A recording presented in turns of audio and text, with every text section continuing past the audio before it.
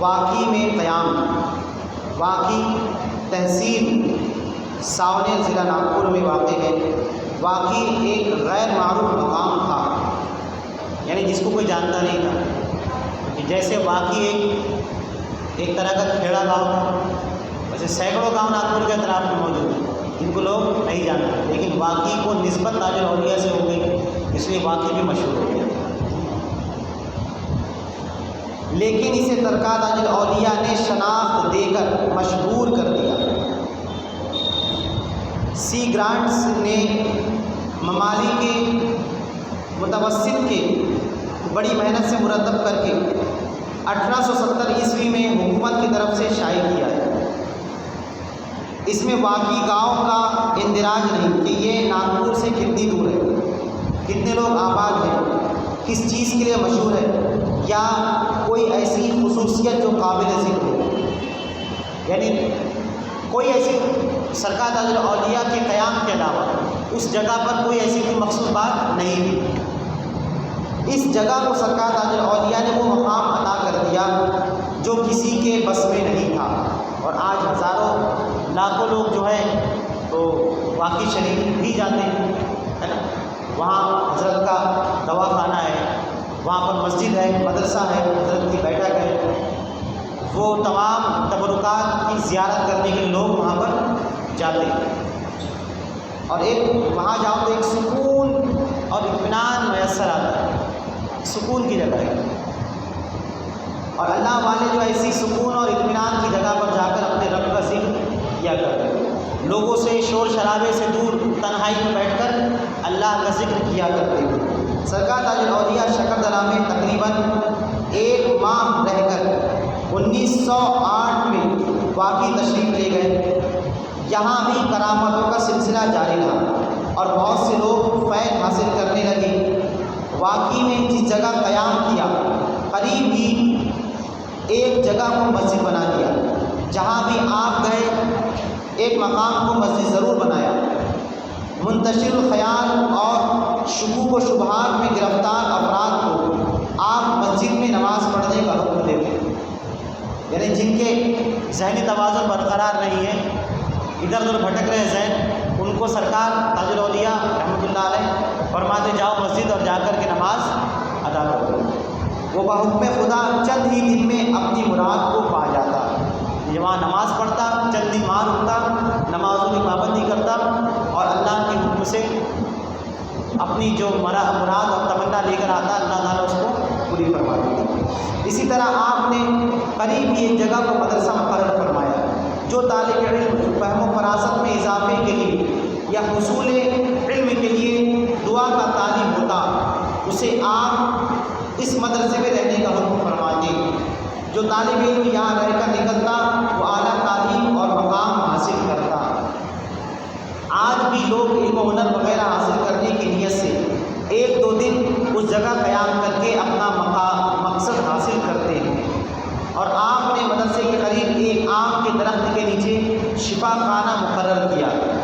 جو مایوس لاعلاج مریض آپ کی خدمت میں حاضر ہوتے تو آپ ان کو شفا خانے میں رہنے کا حکم دیتے. وہ بحکم خدا صحت یاب ہو کر جاتا. ایک انگریز کسی لاعلاج مرض میں گرفتار ہو کر زندگی سے مایوس ہو چکا تھا.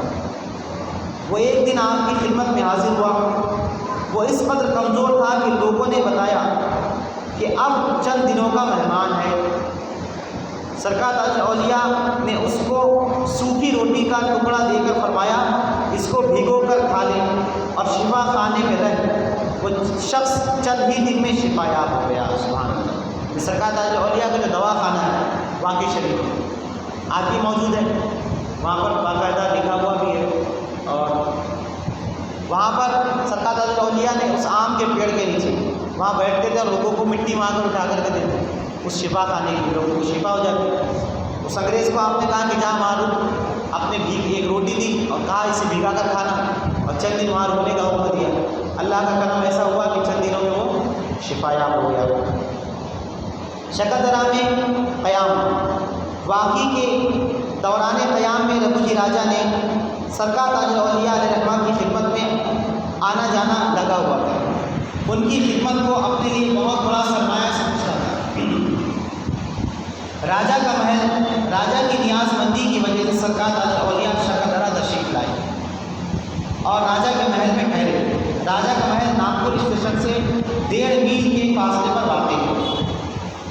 مرکزی سڑک سے ایک چھوٹی سی سڑک راجہ کے محل کو جاتی ہے۔ اس سڑک کے دونوں کنارے پر جھوپڑیوں میں سرکار تاج الاولیاء کے خدمت گزار اور فیض یافتہ رہتے تھے۔ آپ کی وجہ سے شکر درا میں لوگوں کا ہر وقت میلہ سا لگا رہتا۔ راجہ نے آپ کے لیے کئی خادم مقرر کیے تاکہ آپ کو کسی قسم کی تکلیف نہ ہو۔ گھمانے پھرانے کے لیے ایک بگھی ماں، اس کے ساتھ یہ کوچوان ہر وقت آپ کے ساتھ رہتا تھا۔ لیکن سرکار تاج الاولیاء تو مست تھے۔ وقت آپ کے دروازے پر مست تھے، ان کو ان تکلفات کی کوئی ضرورت نہیں، یعنی جو اس نے کیا تھا ان سے سب چیزوں سے بے نیاز تھا۔ ان کو کسی کی لگی ہر وقت، ان کو جس کی لگی ہر وقت وہی نظروں میں رہتا تھا، یعنی اللہ تعالیٰ کی یاد میں ہر وقت مستغرق رہتے تھے۔ کبھی آپ اندھیرے میں ہی محل سے نکل جاتے اور جنگلوں میں گھومتے پھرتے، کبھی دوپہر کو اور کبھی شام کو واپس آتے۔ ہر وقت عقیدت مندوں کا ہجوم ساتھ میں رہتا، یعنی آپ کا معمول یہ تھا کہ آپ رضی اللہ تعالیٰ عنہ، ہیرا نامی کوچوان جو تھا بگھی لے کر کھڑا رہتا 24 گھنٹے اس کی ڈیوٹی تھی کہ حضرت کے بارگاہ میں کھڑے رہے۔ جب حضرت کا دل کرتا آپ نکلتے، سوار ہوتے اور جہاں جانا چاہتے چلے جاتے، اور لوگ آپ کے پیچھے بالکل لگے رہتے۔ جب بھی آپ نکلتے پیچھے اپنی مرادیں لے کر دوڑتے، ہاں میرا یہ ہو گیا، اپنی مرادیں پیش کرتے اور سرکار تاج الاولیاء ان کی مرادوں کو حل فرمایا کرتے تھے۔ اب سرکار تاج الاولیاء اور سرکار اعلیٰ حضرت کا باہمی تعلق کیا تھا؟ ایک ہی وقت کے دونوں بھی بزرگ ہیں، ہے نا، سرکار تاج الاولیاء بھی اسی وقت کے اور سرکار اعلیٰ حضرت بھی اسی وقت کے۔ آج کچھ لوگ جو تاج الاولیاء کا نام لینے والے ہیں وہ اعلیٰ حضرت سے چڑھتے ہیں۔ کچھ لوگ ایسے ہیں جو تاج الاولیاء کا نام لیتے لیکن بولتے ہیں اعلیٰ حضرت کا نام نہ لو، جبکہ وہ بھی اللہ کے ولی، یہ بھی اللہ کے ولی۔ تاج الاولیاء بھی اللہ کے ولی ہے، سرکار اعلیٰ حضرت بھی اللہ کے ولی ہے۔ تاج الاولیاء نے بھی دینی خدمت انجام دی ہے، تو اعلیٰ حضرت نے بھی دینی خدمات انجام دی ہے۔ ان کا منصب کچھ اور ہے، ان کا منصب کچھ اور ہے، یعنی جو ان کا منصب تھا اپنے منصب کے مطابق انہوں نے کام کیا۔ جو تاج الاولیاء کا منصب تھا انہوں نے اپنے منصب کے مطابق جو کام اللہ نے ان کو سپرد کیا تھا انہوں نے کیا۔ اعلیٰ حضرت امام اہل سنت رضی اللہ تعالیٰ عنہ کی پیدائش 10 شوال 1272 ہجری مطابق 14 جون 1856 عیسوی بروز پیر ظہر کے وقت ہوئی۔ پیدائشی نام آپ کا محمد رکھا گیا اور تاریخی نام المختار اور احمد رضا نام قرار پایا۔ ابتدائی تعلیم آپ نے مرزا غلام قادر بریلوی رحمت رضوان سے حاصل کی۔ اس کے بعد درسیات کی تمام کتابیں اپنے والد حضرت مولانا مفتی نقی علی خان صاحب سے پڑھی اور 13 سال 10 ماہ 4 دن کی مختصر سی عمر میں تمام درسیات سے فراغت حاصل کی، یعنی 13 سال میں آدمی مفتی سب بن گئے 13 سال کے اندر۔ اور اسی وقت سے دارالفتہ اصلاح اور تصنیف و تعلیم کا کام آپ نے شروع کیا، جو آخری عمر تک جاری رہا۔ خدمت دین کی جبلت میں آپ 50 سے زیادہ علوم و فنون میں آپ ماہر تھے اور 1000 سے زائد کتابیں اور رسالے آپ نے چھوڑے ہیں، اور 12 ضخیم یعنی 12 موٹی جلدوں میں آپ نے فتاوی شائع کیا، جس کو فتاوی رضویہ کہا جاتا ہے۔ یہ ہو گیا سرکار اعلیٰ حضرت رضی اللہ تعالیٰ عنہ کا کچھ مختصر تعارف۔ اب سرکار تاج الاولیاء رحمت رضوان اور حضور اعلیٰ حضرت ایک ہی زمانے کے تھے۔ حضور اعلیٰ حضرت کا سن ولادت 1272 اور سرکار تاج الاولیاء کا 1287 تھا، جس سے اندازہ ہوتا ہے کہ سرکار تاج الاولیاء اور حضور اعلیٰ حضرت میں صرف 6 سال کا فرق تھا، عمر میں 6 سال کا فرق تھا، چھوٹے بڑے۔ آپ کو اعلیٰ حضرت نے ایک والہانہ رابطہ تھا، آپ کی بڑی عزت فرماتے تھے، اعلیٰ حضرت سرکار تاج الاولیاء کی بڑی عزت فرماتے تھے۔ ثبوت کے طور پر آپ کے جو مرید خاص ہیں حضرت یوسف شاہ تاج رحمۃ اللہ علیہ، وہ واقعہ نقل کرتے ہیں جو سرکار تاج الاولیاء سرکار اعلیٰ حضرت کی ملاقات کا ہے، سماعت کرتے ہیں۔ فرماتے ہیں کہ میرے زمانہ طالب علم میں اعلیٰ حضرت رضی اللہ تعالیٰ عنہ، کیونکہ یوسف شاہ تاج رحمۃ اللہ علیہ جو ہے یہ اعلیٰ حضرت کے شاگرد تھے، اعلیٰ حضرت کے مدرسے سے پڑھ کے نکلے،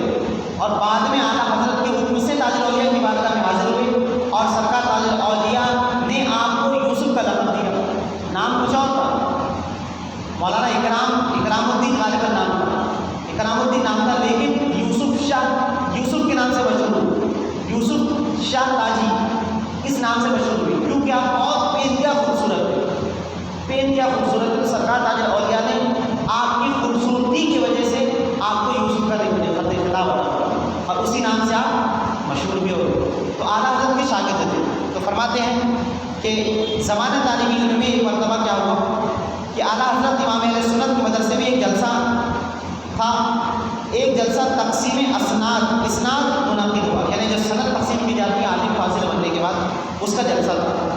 اس جلسے میں سرکار تاج الاولیاء علیہ رضوان کو اعلیٰ حضرت نے دعوت دی اور اعلیٰ حضرت کی دعوت پر بلاوے پر سرکار تاج الاولیاء بریلی شریف تشریف لے گئے اور وہاں جا کر کے آپ نے اس جلسے میں قیام بھی فرمایا، رکے بھی وہاں پر، اور فرماتے حضرت ننھے میاں صاحب سجادہ نشید خانقاہ نیازیہ صدر جلسہ تھے۔ آغاز تلاوت قرآن پاک سے ہوا اور تلاوت قرآن پاک کے لیے اعلیٰ حضرت نے یوسف شاہ تاجی سے کہا اور سرکار تاج الاولیاء نے تخت پر بیٹھنے کا اشارہ فرمایا، یعنی یوسف شاہ تاجی رحمۃ اللہ علیہ فرماتے ہیں کہ اعلیٰ حضرت نے مجھ سے کہا کہ تم قرآن پاک کی تلاوت کرو، بہترین حافظ تھے آپ۔ تو جب تلاوت کرنے کے لیے کہا تو ان کی نظر کس کی طرف تھی؟ اپنے پیر کی طرف، سرکار تاج الاولیاء کی طرف۔ تو حضور تاج الاولیاء سرکار نے اشارہ فرمایا کہ جاؤ بیٹھ جاؤ۔ تو یوسف شاہ تاجی فرماتے ہیں کہ میں کب اپنی جگہ سے اٹھ کر کرسی پر بیٹھ گیا مجھے پتہ نہیں چلا، یعنی حضور ادھر سرکار تاج الاولیاء کا اشارہ ہوا اور میں ان کے اشارے کے ساتھ کرسی پر چلا گیا۔ یہ بھی سرکار تاج الاولیاء کی طرف، یعنی میں کب گیا میرا ارادہ بھی نہیں ہوا، بلا ارادہ ہی جب میں نے اپنے آپ کو سیکنڈ کے لمحے کے بعد میں نے اپنے آپ کو دیکھا تو میں نے کیا دیکھتا ہوں کہ وہ کرسی پر ہوں، ابھی نیچے بیٹھا تھا اور ابھی کرسی پر ہوں، سبحان اللہ۔ تو یہ واقعہ اس بات کو ظاہر کرتا ہے کہ سرکار اعلیٰ حضرت رضی اللہ تعالیٰ عنہ اور سرکار تاج الاولیاء علیہ رحمۃ الرضوان ایک ہی وقت کے تھے اور ایک دوسرے سے عقیدت و محبت بھی رکھتے تھے۔ اعلیٰ حضرت سرکار تاج الاولیاء کا ادب و احترام کرتے تھے اور سرکار تاج الاولیاء اعلیٰ حضرت رضی اللہ تعالیٰ عنہ کے علمی مقام کی وجہ سے آپ کا بھی ادب و احترام کرتے تھے۔ تو آج جو لوگ سرکار تاج الاولیاء کا ہی نام لیتے ہیں اور کہتے ہیں کہ اعلیٰ حضرت رضی اللہ تعالیٰ عنہ کا نام نہ لو، ان کا سلام نہ پڑھو، انہیں اس بات سے عبرت حاصل کرنی چاہیے کہ اعلیٰ حضرت نے جو سلام لکھا ہے، دربار میں منع کرتے ہیں نا مصطفیٰ جان احمد علیہ السلام کو، تو اعلیٰ حضرت نے جو سلام لکھا ہے حضور کی شان میں لکھا ہے، وہ سلام ہے نا نبی کی شان میں سلام ہے، اور تم نبی کی شان میں سلام پڑھنے کے دربار میں منع کرتے ہیں۔ اللہ تعالیٰ ہم سب کو ان کو ہدایت عطا فرمائے۔